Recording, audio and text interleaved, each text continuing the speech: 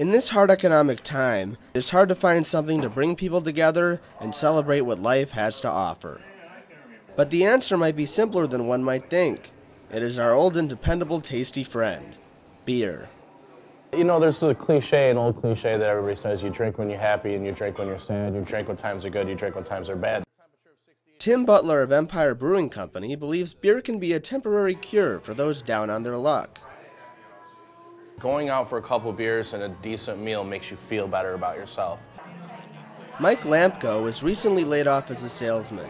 He thinks drinking beer is a good way to put thoughts of his firing on the back burner. We want to go out and drink our sorrows away, sure.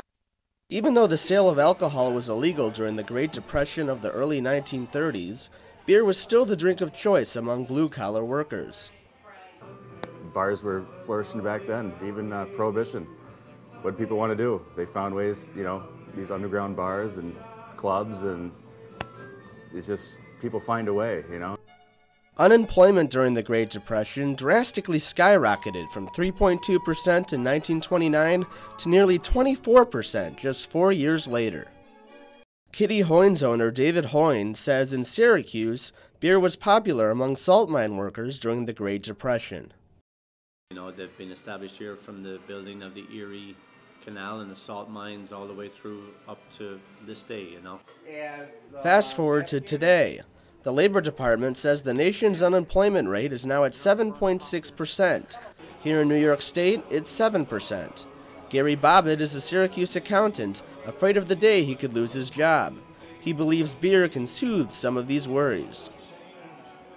Well, I mean, if people are having difficulty, and sometimes it's better to forget your problems and they'll come and have a beer. Ryan Toussaint tends the bar at Coleman's and has seen many people here who drink beer because it's relatively cheap. But it just seems that, you know, if people can't go down and, you know, afford, you know, a $100 dinner for two downtown, but you can come here and grab a couple beers. Fayetteville Manlius High School teacher Al Thompson sees beer more as a catalyst for social events.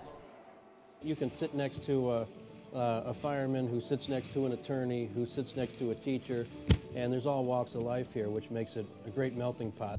While you might not be lucky enough to find a leprechaun in a pot of gold at the end of a rainbow, the beer industry has sure been lucky enough to take advantage of the current national recession. Tim Butler says brewing their own beer helps drive up profit margins.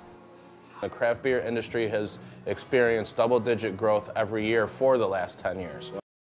An informal survey of Central New York breweries reveals stable to above-average sales during the current recession. If anything in this troubled economy could be called recession-proof, it might be man's other best friend, beer. Kevin Wallace, NCC News.